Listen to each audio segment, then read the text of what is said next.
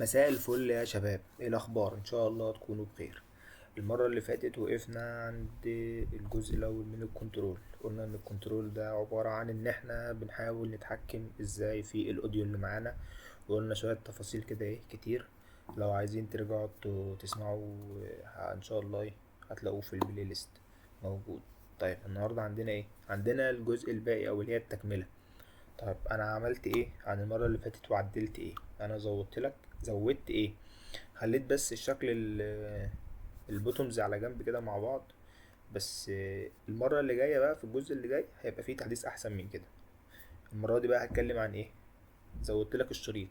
ده اسمه الشريط، اسمه ايه؟ سلايدر. انا بكلمك ان انا حد في الاول كده ايه مبتدئ فمش فاهم قوي، فبقول الحاجه بالعربي واحده واحده احاول افهمها ايه، وابدا اغيرها واتكلم بيها كانها اترجمها يعني بالانجليزي عشان اعرف اعمل بيها سيرش. لان شات جي بي تي برضو ايه مش هيظبط معاك قوي في جزئيه السيرش دي لو انت بتتكلم بالعربي كتير. فدي اسمها سلايدر. السلايدر ده هو اللي فيه التفاصيل كلها. طيب انا كاتب الكود ومجهزه، بس انا عايز ابني الكود معاك. يعني مش عارف هي دي الاحسن ولا تبقى كود جاهز قدامك وتفهمه. فانا ايه هحاول من ده على ده. فخليني في الاول اشرح بس الكود وبعدين هرجع اكتبه تاني معاك عشان تبقى فاهمه يعني. السلايدر دي هي ويدجت موجودة في فلاتر. الحاجات اللي انا حبيتها دي مش محبيها من مزاجي، لا ده انا بص بدوس كده اهو، بدوس انا بحرك الماوس على كلمة سلايدر او الويدجت اللي موجودة، وبيبدأ يديني التفاصيل اللي فيها. بيقول له خد بالك ان انت عندك حاجتين ريكوايرد لازم يكونوا موجودين. ريكوايرد رقم واحد فاليو ومن نوع دبل. ريكوايرد رقم اتنين عندك فانكشن اسمها اون تشانج. طيب الاتنين دول لازم يكونوا موجودين. الاتنين دول هما اللي لازم يكونوا موجودين. طيب هتلاقي ان انا عامل الفاليو وهتلاقي عامل الفانكشن اللي هو بيقول لي عليها اللي اسمها اون ايه تشانج. طيب في حاجتين انا عاملهم زياده، المين والماكس. طيب المين ده بدايه السلايدر، وعشان نبقى فاهمين السلايدر اللي هو الشريط زي ما بنقول. اي اغنية في الدنيا راب اي اغنية في الدنيا لازم تبدأ من الصفر وبتنتهي عند مدة غير معلومة. طيب طالما ان المدة دي غير معلومة لازم تكون ديناميك، لان كل اغنية غير التانية. طيب ديناميك يعني ايه يا باشا؟ والله لازم الحاجة دي تتغير على حسب الاغنية اللي جايالي. حلو اوي. طب ماشي، انا هعرف من فين اصلا؟ يعني انا هعرف من فين المدة اللي هتنتهي عندها الاغنية؟ هقول لك تعرف من فين. الباكج موفره لك حاجه اسمها ايه، حاجه بتعمل عليها ليسنت عشان تعرف التغيير اللي حصل. بس هي اسمها ايه؟ اسمها اون ديوريشن شانج. يعني الحاجه اللي بتتغير في الديوريشن، او بلاش الحاجه اللي بتتغير في الديوريشن. الديوريشن نهايته امتى بتعرفها من الجزئيه دي. طيب انا خليني بس ايه واحده واحده امسح معاك الكود. تعالى ادي السلايدر اهو انا مسحته. هيقول لي والله خد بالك السلايدر محتاج حاجتين ريكوايرد. حاجتين ريكوايرد. طب ايه الحاجه رقم واحد؟ بيقول لي حط حاجه اسمها فاليو. حطيت له فاليو دي بيقول لي من نوع دبل. طيب حلو قوي. انا هديك الفاليو. سيبك من الفاليو دلوقتي، انا هكنها اعتبرها ان هي مش موجوده. الحاجه التانية اللي هو عايزها برضو الان ايه الاون ايه شانج دي برضو ايه هو عاوزها، بس هو مش هيرضى يديهالي غير لما اخلص من جزئيه الايه. طيب تعالى يا عم، مش مشكله انا هحاول اكتبها. ماشي. خد بالك ان هو محتاج دي اصلا قبلها. طيب يا سيدي، دي فانكشن، فخليها زي ما هو بيقول لي ايه، زي ما هي فانكشن هنعملها له فانكشن. خد بالك بقى زي ما قلت لك ان السلايدر محتاج حاجتين. انا هسيب دول دلوقتي. هو محتاج حاجتين، بداية والنهاية. يبقى اديله المينيموم. المينيموم ده ثابت مش محتاج ان هو يتغير. طيب الماكس بقى. الماكس بقى زي ما قلت لك ان هو بياخد حاجة من نوع الديوريشن. يعني انت عايز تعرف النهاية ايه. نهاية كل أغنية بتتغير. طيب الدور الباكج هنا بيجي وبيجيب لك نهاية الأغنية عن طريق إيه؟ بتكتب السطر ده. في الأول أنت هتعرف بس إيه variable عندك اسمه duration، والduration هياخد حاجة data type بتاعه duration برضه. هتعمل بلاير زي ما قلت لك ان انت اي حاجه عاوزها في الدنيا اسمها بلاير، بس جوه ايه؟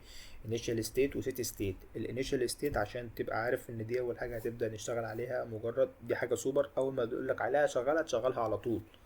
والسيت ستيت هو ايه؟ التغير، كل شويه بيتغير، فحدث لنفسك كل شويه على حسب الليسنت. اول ما يجي لك الليسنت حدث نفسك، يفضل يحدث نفسه كل ما بيسمع حاجه جديده. فقلت لك هتدوس بلاير زي ما عملنا المره اللي فاتت. عايز امسحها لك واكتبها لك من الاول، امسحها لك واكتبها لك من الاول. اقول له بلاير دوت، كل حاجه هتطلع قدامك، كل حاجه قدامها الشرح بتاعها. هتلاقي نفسك بتختار كده بسهوله، والموضوع انت بتختار، يعني انت عليك الاختيار اصلا. فبقول لك اخر حاجه تفكر فيها كتابه الكود. المشكله كلها ان انت تفكر ازاي وتفهم الدنيا ماشيه ازاي. اللي زي ما بقول لك انت بتختار الحاجه جاهزه، فانت فكر، دي اهم حاجه تفكر فيها. طيب، زي ما قلت لك ان انت الاون ديوريشن خدت منها يا باشا الايه؟ نهايه الاغنيه كده. انا معايا البدايه والنهايه، وكده انا عملت السلايد والدنيا كلها هتمشي، السلايدر والدنيا كلها هتمشي، اول ما ادوس هيشتغل عادي. طيب، الحاجه التانية اللي انا محتاجها، والله ده انا يا باشا محتاج ان انا اتغير واتحرك شمال ويمين والجزئيه دي كلها. طب دي اعملها ازاي؟ هنا بقى يجي ايه؟ دور الفاليو ودور الايه؟ الاون تشانج. تعالى بقى اقول لك دورهم بيجي فين. زي ما قلت لك الماكس هنا هديله الديوريشن اللي انا خدته فوق، الديوريشن اللي انا خدته فوق. ايه الفاليو بقى يا معلم؟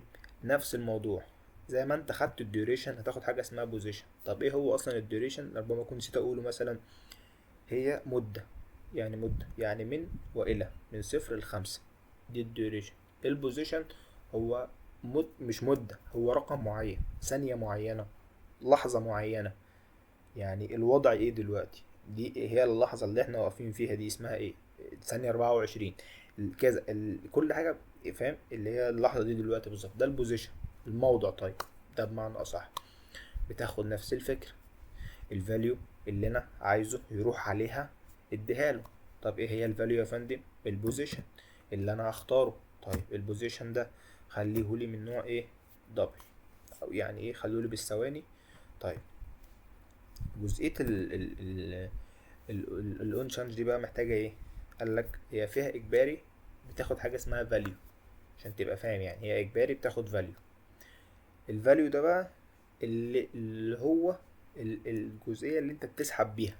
تعال اوريك اللي هي دي. بص، لو انا سحبته هنا وسحبته هنا وسحبته هنا وسحبته هنا، عشان يتسحب السحبة دي بتكون جوه جزئية الاون ايه؟ الاون شانج. تعال بقى اقول لك دي بنعملها ازاي. عايز ياخد منك فاليو، هتديله فاليو. لازم تعمل فانكشن اسمها السيك، او سميها زي ما تحب تسميها يعني. بس انت دلوقتي نفكر مع بعض. عايز تحطه في البوزيشن رقم كذا، او النقطة كذا، رقم كذا، ويشتغل.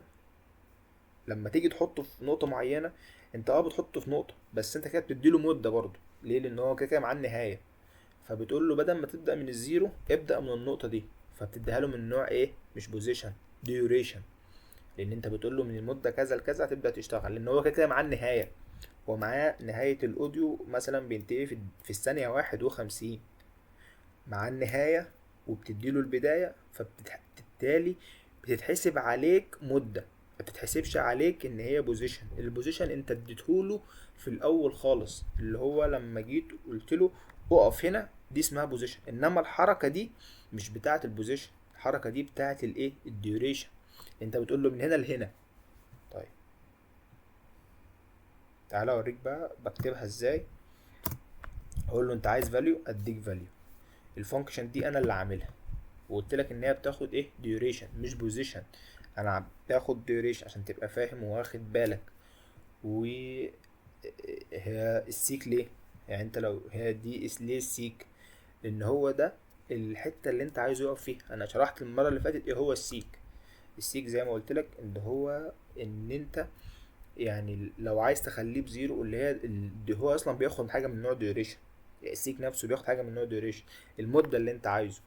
فانت عايزه من المده كذا لكذا، ده انا عايزه من المده كذا لكذا. لا، ده انت تبدا لي من المده رقم زيرو، بحيث انه ياخد من الاول للاخر. هي دي الفكره. فده كده جزء السلايدر، ده كده جزء السلايدر. طيب، سيبك من السلايدر، خلاص احنا كده فهمنا اللي احنا عايزينه ايه وازاي السحبه دي. عشان تحصل معاك كده اهو لازم تكون في حاجتين، لازم يكون عندك الويدجت ستيتفول خد بالك، ولازم يكون الاون تشانج بتتغير برضو في ستيتفول، يعني في سيت ستيت عشان تبقى فاهم. تعالى برضو.